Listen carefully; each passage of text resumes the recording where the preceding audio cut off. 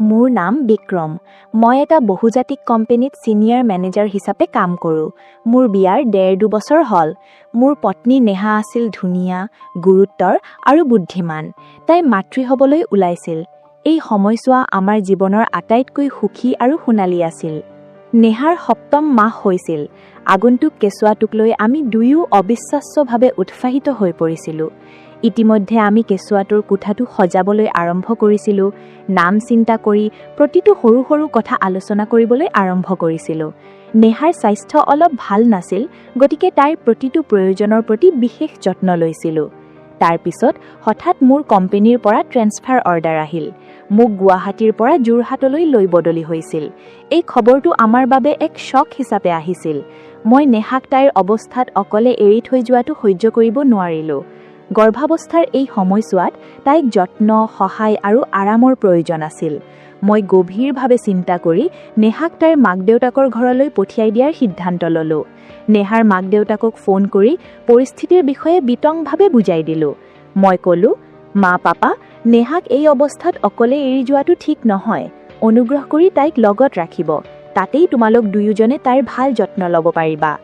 নেহাৰ মাক-দেউতাকে মোৰ কথা বুজি পাই লগে লগে মান্তি হ'ল।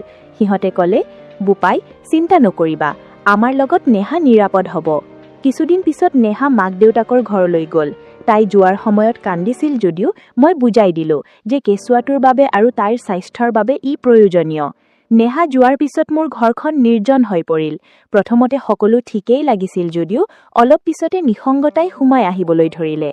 মই ৰান্ধিব লগা হ'ল, কাপোৰ ধুব লগা হ'ল, ঘৰ চাফ কৰিবলগীয়া হ'ল, সকলো বস্তু নিজেই যত্ন ল'ব লগা হ'ল। অফিচৰ কামো বৰ ব্যস্ত আছিল। শেহতীয়াকৈ মই পদোন্নতি পাই দৰমহা বৃদ্ধি পাইছিলোঁ, গতিকে যোৰহাটত এটা ধুনীয়া, আৰামদায়ক ফ্লেট কিনিলোঁ।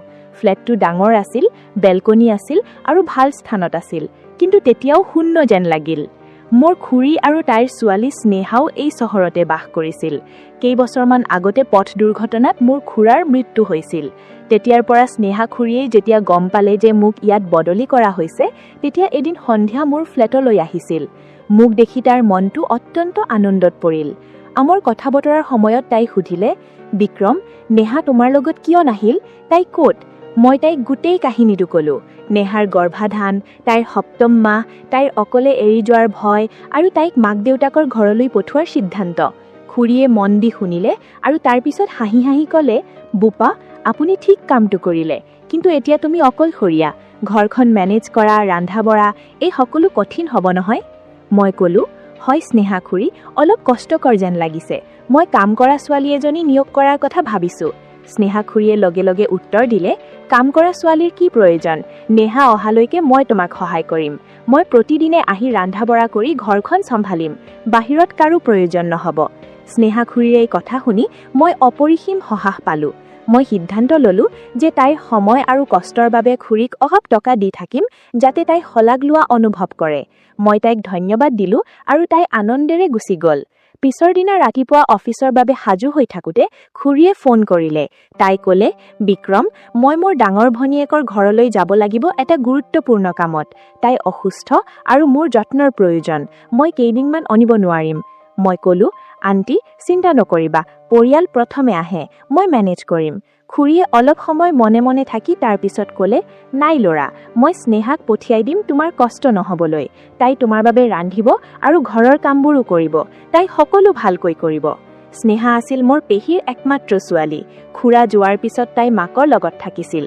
মই ক'লোঁ, ঠিক আছে খুৰী, যি ভাল বুলি ভাবা। দেওবাৰৰ কথা, ঘৰতে জিৰণি লৈ আছিলোঁ। মই দেৰিকৈ চাহ বনালোঁ, ঘৰৰ কাম কিছুমান শেষ কৰিলোঁ। দুপৰীয়াৰ ভাগত দুৱাৰৰ ঘণ্টা বাজি উঠিল। মই ভাবিলোঁ, কোন হ'ব পাৰে? দুৱাৰখন খুলি দিওঁতে এটা ধুনীয়া ছোৱালী থিয় হৈ আছিল। তাই ইমান ধুনীয়া আছিল যে মই কেইবাৰ মুহূৰ্তৰ বাবে তাইৰ ফালে চাই থাকিলোঁ।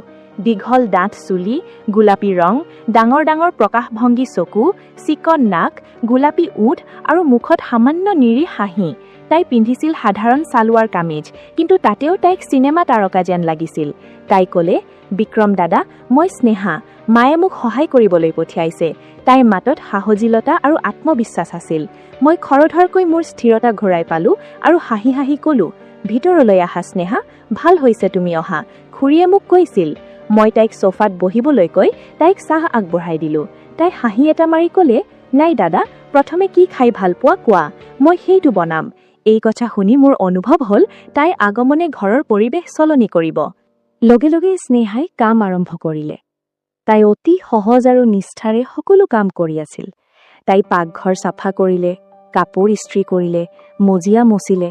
মই তাইক গোপনে চাই থাকিলোঁ। তাইৰ প্ৰতিটো খোজতে এক অনন্য মনোমোহাতা আছিল।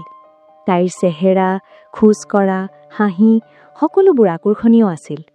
মোৰ এনে লাগিল যে নেহাতকৈ ধুনীয়া ছোৱালী কেতিয়াও দেখা নাই। এই চিন্তাই মোৰ লাজ লাগিল। ইমান ধুনীয়া ছোৱালী এজনীক ঘৰৰ কাম কাজ কৰিবলৈ পঠোৱাটো উচিত নেকি? আণ্টিয়ে কিয় এনে কৰিলে? আৰু তাৰপিছত স্নেহাৰ বিয়াৰ বয়সৰ আছিল, কিন্তু বিয়া হোৱা নাছিল কিয়? কিছুদিন পিছত তাই পাকঘৰত কাম কৰি থাকোঁতে মই মৃদুভাৱে সুধিলোঁ, স্নেহা, এতিয়াও বিয়া হোৱা নাই কিয়? তাই থমকি ৰ'ল, মোৰ ফাৰি চালে। তাইৰ মুখত সামান্য দুখ এটা দেখা গ'ল। তাই ক'লে, দাদা, পাপা যোৱাৰ পিছত ঘৰৰ সকলো দায়িত্ব মাৰ ওপৰত পৰিছিল। তাই সকলো এককভাৱে সম্ভালিছিল। মোৰ বিয়াৰ পৰিস্থিতি স্পষ্ট নাছিল, আৰু আমি দুয়োৰে বাবে উপযুক্ত সময় বিচাৰি পোৱা নাই। তাইৰ মাতত বেদনা আছিল। মই ক'লোঁ, কিন্তু স্নেহা, তুমি ইমান ধুনীয়া আৰু বুদ্ধিমান, তোমাৰ বিয়াৰ বাবে এটা ভাল যোৰা সহজেই আহিব পাৰে। আণ্টিয়ে তোমাৰ ভৱিষ্যতৰ কথা ভাবিব লাগে। তাই লাহেকৈ হাঁহি এটা মাৰি ক'লে, মায়ে ভাবিছে, কিন্তু আমি দুয়োৰে ভাল লগা মানুহ এতিয়াও পোৱা নাই। এতিয়া স্নেহা প্ৰতিদিনে আহিবলৈ ধৰিলে।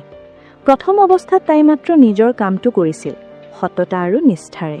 কিন্তু লাহে লাহে তাইৰ আচৰণ সলনি হ'ল। তাই মোৰ প্ৰতিটো সৰু সৰু ইচ্ছাৰ যত্ন ল'বলৈ ধৰিলে। তাই সুস্বাদু ব্যঞ্জন ৰান্ধিছিল।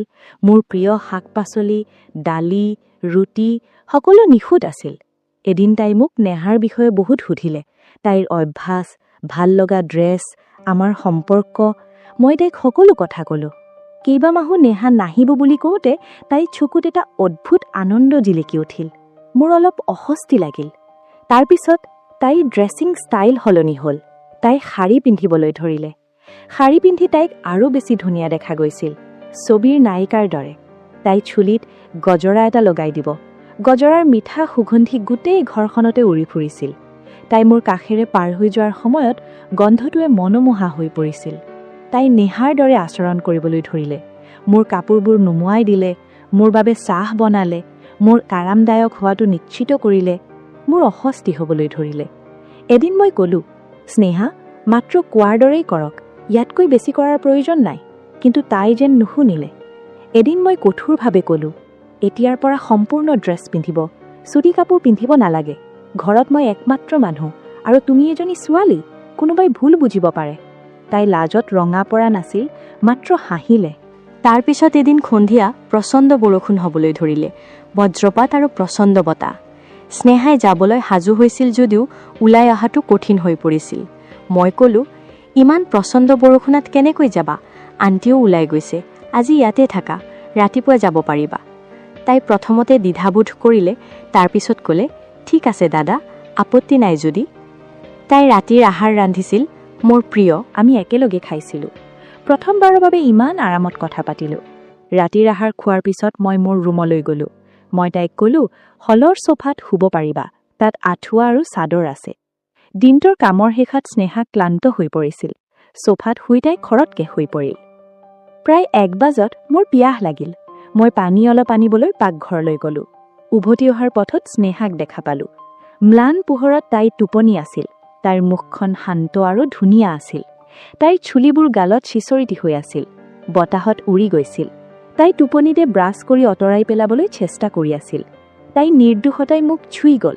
মই তাইৰ কাষতে বহিলোঁ। তাইৰ চুলিবোৰ মোচন কৰিবলৈ হাতখন আগবঢ়াই দিওঁতে জোৰেৰে বজ্ৰপাত এটা মাৰিলে। ভয়ত সাৰ পাই স্নেহাই মোক জোৰেৰে সাবটি ধৰিলে। ময়ো আতংকিত হৈ পৰিলোঁ। তাৰপিছত আমি দুয়োৱে ইজনে ইজনৰ লগত আঁকোৱালি ল'লোঁ। বৰষুণৰ শব্দত আমি ইজনে ইজনৰ কোলত শুই পৰিলোঁ। ৰাতিপুৱা চকু মেলিলত মই ভয় খাইছিলোঁ। নেহাৰ মুখখনলৈ মনত পৰিল। তাই আহিব, পৰিয়ালৰ সন্মান। মই স্নেহাক আলফুলে ঠেলি দি কোঠাটোত সোমালোঁ। মোৰ হৃদয়খন গধুৰ হৈ পৰিছিল। অপৰাধবোধে মোক চেপি ধৰিছিল। ঠিক তেনেতে দুৱাৰখন খোল খালে। স্নেহা সোমাই আহিল। তাই মাত্ৰ গা ধুই শেষ কৰিছিল। মূৰটো তল কৰি তাই ক'লে, বিক্ৰম দাদা, যোৱা নিশা যি হৈছিল মই কেতিয়াও পাহৰিব নোৱাৰোঁ। মই ক'লো, স্নেহা, মোক ক্ষমা কৰিবা, মোৰ ভুল। কিন্তু তাই মোক বাধা দিলে। নহয় দাদা, মোৰে ভুল। তাৰপিছত তাই সকলো স্বীকাৰ কৰিলে। মোৰ দৰে সৎ, বুজাবুজিৰ স্বামী পোৱাত নেহাৰ ভাগ্যলৈ তাই কেনেকৈ ঈৰ্ষা কৰিছিল, কেনেকৈ তাই নেহাৰ দৰে হ'বলৈ চেষ্টা কৰিছিল, শাৰী, গজৰা, আচৰণ, কেনেকৈ তাই মোক আকৰ্ষণ কৰিবলৈ চেষ্টা কৰিছিল। কিন্তু মই কেতিয়াও সীমা অতিক্ৰম কৰা নাছিলোঁ। আপুনি মোক শিকাইছে যে এজন প্ৰকৃত মানুহে সকলো পৰিস্থিতিতে চৰিত্ৰ বজাই ৰাখিব পাৰে। মই নিমাত হৈ থাকিলোঁ। তাৰপিছত ক'লো, স্নেহা, যি হ'ল পাহৰি যাবা, মই তোমাক সাহায্য কৰিম, কিন্তু কাইলৈ ঘূৰি নাহিবা। তাই শান্তভাৱে ক'লে, মই টকা নিবিচাৰোঁ, যি নহওক আমাৰ মাজতে থাকিব। মই আপোনাৰ ঘৰখন ভাঙি নাযাওঁ, আপুনি নিশ্চিত হ'ব পাৰিব। তাৰপিছত তাই গুচি গ'ল। তাৰপিছত তাই কেতিয়াও ঘূৰি নাহিল। ঘৰখন শূন্য যেন লাগিল। কেইদিনমান পিছত নেহাই ফোন কৰিলে, বিক্ৰম, তুমি দেউতা হৈ গৈছা, আমাৰ ল'ৰা এটা হৈছে। মোৰ চকু দুটা আনন্দেৰে ভৰি পৰিল। নেহা আৰু মোৰ ল'ৰা ঘৰলৈ আহিল। আমি সুখেৰে জীয়াই থাকিবলৈ ধৰিলোঁ। এদিন দুৱাৰমুখত উপহাৰ পাইছিলোঁ। মোৰ কেঁচুৱা ল'ৰাটোৰ বাবে কাপোৰ, খেলনা আৰু মালা। ভিতৰত এখন চিঠি আছিল, কেঁচুৱাটোৰ বাবে কামনা, নাম নোহোৱাকৈ। বুজিলোঁ। নেহাই সুধিলে, কোনে পঠিয়াইছে? মই ক'লো, কিছুমান শুভাকাংক্ষী। তাই দৌৰি গ'ল শিশুটিৰ ফালে। স্নেহাক আৰু কেতিয়াও দেখা পোৱা নগ'ল। তাই নিজৰ প্ৰতিশ্ৰুতি পালন কৰিলে। সেই উপহাৰে মোক সদায় সোঁৱৰাই দিয়ে যে সঠিক সময়ত সংযম আৰু ত্যাগৰ দ্বাৰা সম্পৰ্ক ৰক্ষা কৰিব পাৰি। বন্ধু, সততা, সংযম আৰু পৰিয়ালৰ সন্মান জীৱনত সৰ্বোচ্চ। কাহিনীটো ভাল লাগিলে মোক জনাব। গতিকে বন্ধুসকল, এইটোৱেই আছিল আজিৰ আমাৰ কাহিনী। কাহিনীটো ভাল লাগিলে লাইক, কমেণ্ট, ছাবস্ক্ৰাইব কৰিব।